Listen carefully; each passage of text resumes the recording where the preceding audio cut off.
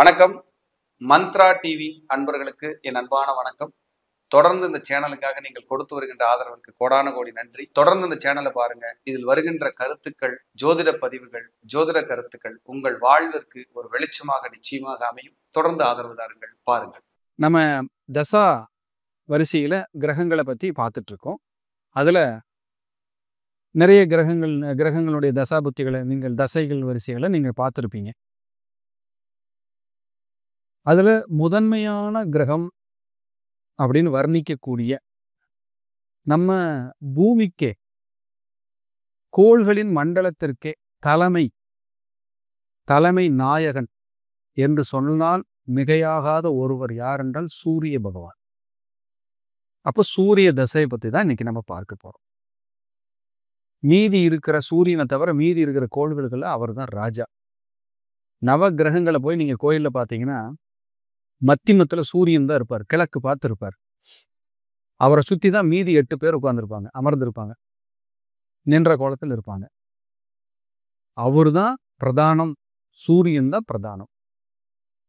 சூரியன் இல்லைன்னா உலகமே இல்லை சார். சூரியன் தான் நம்மளுடைய வாழ்வாதாரத்திற்கும், வாழ்க்கை வாழ்வதற்கும், இந்த பூமி இயங்குவதற்கும், இந்த உலகம் ஒரு நல்ல மாற்றத்தோடு இயங்குவதற்கும் முக்கிய காரண கிரகம் என்றால் சூரியன். சில பேர் சூரியனை அது ஒரு நட்சத்திரம், பெரிய நட்சத்திரம்னு சொல்லுவாங்க. 9 கோள்கள் நம்மளுடைய சித்தாந்தம் அதுதான். அதுல தலைவன் சூரியன் தான். அதுக்கு மாற்றுக்கிறதுக்கு இடமே இல்லை. சூரியன் இல்லைன்னா ஒண்ணுமே இல்லைங்க. அரசியல்வாதிகள், அரசாங்கம், தந்தையார், தந்தைக்கு பின்பு மாமனார், உங்களுடைய வலது கண், உங்களுடைய எலும்புகள், கால்சியம், நிற்காமல் இயங்கக்கூடிய இதயம், தலை, மூளை, நெற்றி, இவற்றுக்கெல்லாம் காரக கிரகம் யாருன்னு கேட்டீங்கன்னா சூரியன் தான். சூரியன் இல்லைன்னா ஒண்ணுமே இல்லைங்க. வெளிச்ச கிரகங்கள் 2 பேர் தான். ஒன்னு சூரியன், இன்னொரு சந்திரன். மூணாவதா 50% சுக்கிரன். முக்கூட்டு கிரகங்கள்னு சொல்லக்கூடியது சூரியன், சுக்கிரன், புதன். அப்போ சூரியன் இல்லைன்னா வெளிச்சம் இல்லை, உலகம் இல்லை, முழுசா இருட்டாயிடும். வைட்டமின் அப்படிங்கிற ஒரு பெரிய சத்துக்களை இயற்கையை கொடுக்கறதுல தலை சிறந்தவர் சூரிய தேவன். ஸ்கின்ல ஏதாவது தொந்தரவு இருந்தா கூட கொஞ்ச நேரம் போய் சூரிய வெளிச்சத்துல நின்னுங்கன்னு பெரியவங்க சொல்லுவாங்க, சரியாயிரும்னு சொல்லுவாங்க. பிறந்த குழந்தைய டெய்லியும் சூரிய வெளிச்சத்துல 1 மணி நேரம் வைக்கிறத, இளம் வெயில்ல வைக்கிறத நம்ம பார்த்துருப்போம். இப்ப சூரியனோட பங்களிப்பு ஒரு மனிதனுக்கு எவ்வளவு பெரிய முக்கியங்கிறத நீங்க புரிஞ்சுக்கணும். இந்த பூமி தாய்க்கு சூரியனுடைய அனுகிரகம், அருளாசிகள் வேண்டும். சூரியன் தான் சிவ தத்துவம். ஓம் என்ற அந்த மந்திர ஒளிகளுக்கு அதிகாரம் கொண்டவர் சூரிய பகவான். இப்ப சூரியன் எவ்வளவு பெரிய பவர்ஃபுல், அந்த சூரிய தசை பத்தி தான் பார்க்க போறோம். தசாக்களின் வரிசையில ஏன் இவ்வளவு முக்கியத்துவம் சூரியனுக்கு அப்படின்னு கேட்டீங்கன்னா, சூரியன் தலைமை பண்பு, தலைமை பொறுப்பு, மேனேஜர், அரசியலில் உயர்ந்த பதவி, ஒரு டீம் லீடர், உயர்ந்த கட்டிடங்கள், தலைநகரம், மருத்துவம், இவற்றுக்கெல்லாம் சூரியனுடைய ஆளுமை வேணும். IAS, IPS, IFS, கிரேடு பச்சைங்கில கையெழுத்து போடுறேன் அப்படின்னா சூரியனுடைய பவர் இருந்தால் தான் போட முடியும், இல்லைன்னா போட முடியாது. நான் ஒரு போஸ்டிங்ல இருக்கேன், நான் ஒரு பொசிஷன்ல இருக்கேன் சார்னா சூரியனுடைய பங்களிப்பு உங்களுக்கு வேணும். சூரியன் கெட்டு போச்சுன்னா கண் பார்வையில பிரச்சனை வரும், முடி உதிர்ந்துரும், வயதான தோற்றம் போல் தோன்றும். இதெல்லாம் சூரியன் கெட்டு போனா, சூரியன் சப்போஸ் நீசம் ஆயிடுச்சுன்னு வைங்க, அந்த மாதிரி இருக்கும். சிம்ம ராசிக்கு அதிபதி, மேசத்தில் உச்சம், துலாத்தில் நீசம் சூரியன். கார்த்திகை, உத்திரம், உத்திராடம் நட்சத்திரத்துக்கு அதிபதி அவர். கார்த்திகை, உத்திரம், உத்திராட நட்சத்திரத்துல யார் பிறக்கிறீங்களோ அவங்க சூரிய திசையில தான் பிறப்பீங்க. சூரியன் தான் உங்களை இயக்குவார். இந்த நட்சத்திரம் 3 நட்சத்திரத்துல பிறந்தவங்க யாரை வேணாலும் எடுத்துக்கங்க, உங்க ஸ்டைலுக்கு தகுந்த மாதிரி, உங்க வாழ்வாதாரத்துக்கு தகுந்த மாதிரி ஒரு உயர்வு, வளர்ச்சி வந்தே தீரும். என்ன தசா புத்தி நடந்தாலும் சரி, சூரிய திசையில யார் பிறந்திருந்தாலும் அவர் வெளிச்சத்துக்கு கொண்டு வந்துருவார். ஒரு உயர்வு பரவாயில்ல சார், அப்புறம் தோக்குறோம் ஜெயிக்கிறோம்ல, அப்புறம் ஒரு உயர்வை கொடுத்து தான் தோல்வி வெற்றியெல்லாம் உங்களுக்கு தெரியும். இதெல்லாம் சூரியனோட வேலை.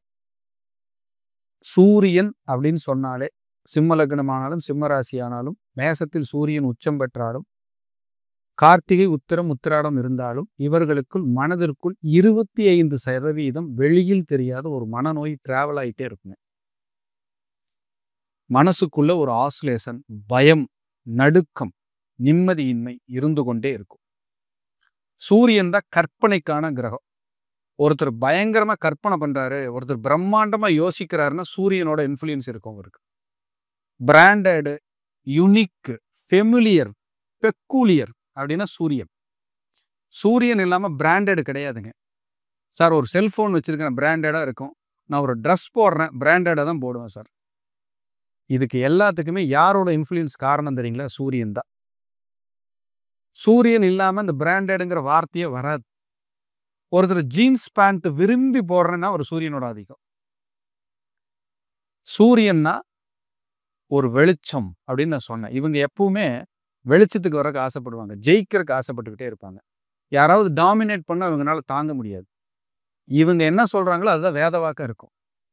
குடும்பமானாலும் நண்பர்கள் ஆனாலும் சரி, இவங்க பேச்சை கேட்காத யாரையும் நட்பா வச்சுக்க மாட்டாங்க. யாராவது அட்வைஸ் பண்ண ஏத்துக்க மாட்டாங்க. தனக்கு என்ன தோணுதோ அதை மட்டும்தான் செய்வாங்க. அதே போல பாருங்க, 100 பேர் இருக்கிற சபையில போய் இவங்க பேசுவாங்க. கடைசியில இவர் பேசுறதுக்கு எல்லாரும் வந்துருவாங்க. அந்த மாதிரி பேசிடுவார். அந்த பேச்சு திறமை, ஆளுமை, முன்னேற்றம் இது எல்லாமே சூரியன் தான். அப்ப சூரியன் யாருக்கு என்ன லக்னத்துக்கு சிறப்பா இருக்கும் சார் அப்படின்னு பார்த்துருவோம். மேச லக்னத்திற்கு சூரியன் பூர்வ புண்ணியாதிபதி. அவர் பலம் பொருந்தி இருந்தார்னா சூரியன் எங்கெல்லாம் இருக்கலாம்? 3, 6, 10, 11 போன்ற உபஜயஸ்தானத்தில் இருந்தால் வெற்றி. கேந்திர திரிகோணங்களில் இருந்தாலும் வளர்ச்சி வெற்றி தான். நீசம் ஆகக்கூடாது. சூரியனுக்கு அஸ்தங்கம் இல்லை. ஏன்னா சூரியனாலதான் மற்றவங்க எல்லாம் அஸ்தங்கம் ஆவாங்க. சூரியன் நீசத்தன்மை அடையக்கூடாது. எந்த லக்னங்களுக்கு நீசம் அடைஞ்சா நல்லதுங்கிறதையும் சொல்லிடுறேன். ஆனா மேச லக்னத்துக்கு வலுத்து இருக்கணும், பலமா இருக்கணும். இருந்தாதான் பூர்வ புண்ணியம், புத்திரஸ்தானத்தை கொடுப்பவர் சூரியன். ரிஷப லக்னத்துக்கு 4ஆம் அதிபதி, இடம், நிலம், வீடு, வாகனம், சொத்து சுகத்துக்கு அதிபதி. அவர் கெட்டு போயிடக்கூடாது. மிதுன லக்னத்துக்கு இளைய சகோதரன், முயற்சி ஸ்தானாதிபதி. அவர் கெட்டு போயிடக்கூடாது. கடக லக்னத்திற்கு தனகாரகன், குடும்பத்திற்கு அதிபதி, உங்கள் கண் பார்வைக்கு அதிபதி. அவரும் கெட்டு போயிடக்கூடாது. சிம்மத்திற்கு லக்னாதிபதியே சூரியன். அவரு வலுத்து இருக்கணும். முக்கியம். லக்னாதிபதி கெட்டு போயிட்டா பேக் போன் போன மாதிரி ஒண்ணுமே இருக்காது. கன்னி லக்னத்துக்கு விரையாதிபதி. இவர் போய் கடலாம், நீசமாகலாம், 6, 8, 12 மறையலாம். துலா லக்னத்துக்கு பாதகாதிபதி. அவரும் கெட்டு போகலாம். விருச்சிக லக்னத்துக்கு தொழிலுக்கு அதிபதி கர்மகாரகன். அவர் கெடவே கூடாது. கெட்ட தொழிலே இல்லை, போச்சு, அவ்வளவுதான். தனுசு லக்னத்துக்கு பாக்கியாதிபதி, தந்தைக்கு காரகர், புகழுக்கு காரகர், உயர் பதவிக்கு காரகர், பேர் புகழுக்கு காரகர், நிரந்தர புகழுக்கு காரகர். அவர் கெட்டு போயிடக்கூடாது. கெட்டு போனார்னா ஒன்றும் பண்ண முடியாது. மகர லக்னத்துக்கு சூரியன் அஷ்டமாதிபதி. அவர் போய் 6ஆம் இடத்துல 12ஆம் இடத்துல நீசமாயோ கெட்டு போறது நல்லது. கும்ப லக்னத்துக்கு சூரியன் முதல் தரத்துல கெட்டு போனார்னா போச்சு, அவ்வளவுதான். திருமண வாழ்க்கையில் எரர் ஆயிரும். மீன லக்னத்துக்கு சூரியன் 6ஆம் அதிபதி. அவர் கெட்டு போகலாம். 8ல் இருக்கலாம், நீசமாகலாம், 12ல் இருக்கலாம், சேஃப். மற்ற சொன்ன லக்னங்களுக்கு எப்படி இருக்கணுமோ அப்படி இருந்தால் நல்லது, இல்லைன்னா தொந்தரவு தான். சூரியன் யாருக்கெல்லாம் 7ஆம் இடத்தில் இருக்கிறதோ அதெல்லாம் இருதார தோஷத்தை சுட்டி காட்டும். எல்லாருக்குமே வந்துருவான்னு இல்லை, சில விதிவிலக்குகள் இருக்குது. General point. ஏன்னா 7ஆம் இடத்துல சூரியன் இருக்கிறவங்களுக்கு திருமண பொருத்தம் பார்க்கும்போது ரொம்ப ஜாக்கிரதையா கவனமா நீங்க பார்க்கணும். பார்க்கறது ரொம்ப சேஃப். அந்த இடத்துக்கு குரு பார்வை இருக்கிற மாதிரியோ, இல்லை பெண்ணுக்கு அந்த மாதிரி இருதார தோஷம் இல்லாமல், அல்லது ஆணுக்கு இருதார தோஷம் இல்லாமல் நீங்க பார்க்க வேண்டும். இன்னும் இருதார தோஷம் யாருக்கெல்லாம் அமையுங்கிறதையும் நம்ம சிறப்பா இனிமேல் வருகின்ற எபிசோட்ல நிறைய பேசுவோம். நிறைய இருக்குங்க. ஜோதிடம் ஒரு கடல். அதுல நம்ம ஒரு கரையில் இருக்கிற நான்லாம் நிறைய விஷயங்கள் நான் சொல்றேன். உங்களுக்கு அது பயனுள்ளதாக நிச்சயமாக இருக்கும். ஏன்னா சூரியன் எங்கேயாவது கெட்டு போயிட்டாருன்னா ஆளுமை இருக்காதுங்க. ரொம்ப போராடுவாங்க. அப்படியே ஒரு வாழ்க்கை ஃபெயிலியர் ஆன மாதிரி ஃபீல் பண்ணுவாங்க. சார் நிம்மதியே இல்லை சார், மன இறுக்கமா இருக்கு சார், மன அழுத்தத்தோட இருக்கேன் சார். அதான் வெளியில் தெரியாத மனநோயை கிரியேட் பண்றதுல சூரியனுக்கு நிகர் சூரியன் தான். போட்டு ஒரு உலுக்கிடுவாருங்க. மனதிற்கு காரக கிரகம் சந்திரன், புத்திக்கு காரக கிரகம் புதன், கற்பனைக்கு காரண கிரகம் சூரியன், மறந்துடாதீங்க. ஒருத்தர் போய் டீ சாப்பிட போறாரு, ஹோட்டல்ல ஏதாவது ஹோட்டல்ல சாப்பிடலாம், ஒரு பேக்கரியில சாப்பிடலாம். ஒருத்தர் ஒரு மாடு வாங்கிட்டு வாங்க, அதுல பால் கறந்து ஒரு டீ போட்டு கொடுங்கன்னா அவர் சூரியன் ஆதிக்கம். அந்த பிரம்மாண்டம் பிராண்டடு யூனிக்கா இருக்கணும் சார். நான் போட்டு வந்த ட்ரெஸ்ஸை 100 பேர் கூப்பிட்டு கேட்கணும், எங்கெங்க எடுத்தீங்க, சூப்பரா இருக்கு. அதெல்லாம் சூரியனோட ஆதிக்கம். இவங்க எதிர்பார்த்து ஒரு காலத்துல எதிர்பார்ப்பு நெகட்டிவ் ஆயிடுச்சுன்னா தொந்தரவு. அந்த சூரிய திசை 6 வருடம்.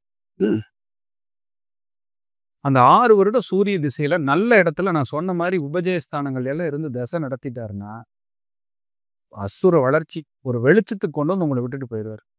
அந்த 6 வருஷம் புகழ் லைஃப் லாங் நீடிக்கும். அப்படி நிறுத்திடுவார். அவரெல்லாம் அன்னைக்கே பெரிய ஆள்பா அப்படின்னு பேச வச்சிரும் சூரியன். சூரியனோட அதிதேவதை சிவபெருமான். சூரியனுக்கான அதாவது பிரகார ஒரு அற்புதமான ஸ்தலம்னால சூரியனார் கோயில் திருவண்ணாமலை. எப்போவெல்லாம் சூரியன் உங்களுக்கு யாருக்கெல்லாம் ஸ்ட்ராங்கா இல்லையோ அவங்கெல்லாம் போய் சூரியனார் கோயிலையும் டெய்லி சூரிய நமஸ்காரம் பண்றதுலையும் ஆதித்ய ஹிருதயம் படிக்கிறதையும் நேரம் செலவிடுங்க. பிரதோஷ வழிபாடு அட்டன் பண்ணுங்க. பண்ண சிவபெருமானை நெருங்க உங்க கஷ்டங்கள் கருமா குறையும்.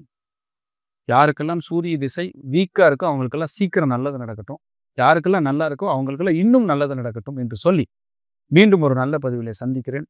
என்கிட்ட கன்சல்டிங் ஏதாவது தேவைப்படும் பட்சத்தில் தாராளமாக கீழ்கண்ட வாட்ஸ்அப் நம்பர் அதுதான், செல்ஃபோன் நம்பரும் அதுதான், நீங்கள் கூப்பிடலாம்.